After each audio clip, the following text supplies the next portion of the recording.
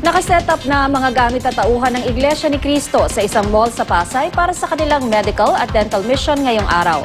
Sa mga kalapit na lugar naman tulad ng Baclaran, makikita na ang mga paghahanda para sa pagdating ni US President Barack Obama sa Lunes. May ulat on the spot si Jay Sabale. Jay. Tina, sa Lunes pa darating si US President Barack Obama pero nakikita na ang ilang pagbabago sa mga posibleng daanan nito pagdating niya sa Lunes.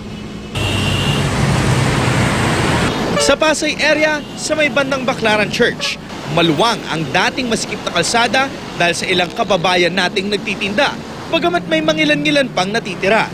Sa Ross Boulevard, maluwang din ang kalsada, pero yung kalsada papuntang Cavite at Pamaynila, may tag-isang kalsada na inaayos at pinatutuyo na. Kung kahapon may ilang pag-aaspalto at ilang gilid ng highway na inaayos, ngayon ay mga Philippine at US flags namang inilagay din. Samantala kanina, bahagya lang nagdulot ng trapiko papasok ng MOA grounds ang mga sasakyan dumating para sa medical, dental at evangelization mission ng Iglesia ni Cristo. Ilang tents ang kanilang itinayo para sa iba't ibang serbisyo tulad ng pamimigay ng libreng gamot, pagkuha ng x-ray, ECG, ultrasound, laboratory tests at emergency room.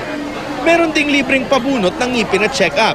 Ang pinaka-importante raw at rason kung bakit nila ginagawa ito bukod sa tulong na piskal ay tulong daw na espiritual sa pamamagitan ng evangelization. May relief packs ding silang pinamimigay. Open ito sa lahat, regardless of any religion.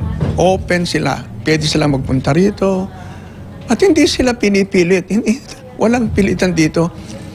Gusto lang naming mapaglingkuran sila, makilala nila na yung tunay na pag-iibigan magkakapatid. At bigyan naman kami ng pagkakataon na marinig nila yung aral namin. One-day event lamang daw ito, kaya naman inaasahan nilang hindi ito makakaapekto ng husto sa daloy ng trapiko. Yan muna yung latest mula dito sa Manila. Balik sa'yo, Tina. Maraming salamat, Jay Sabale.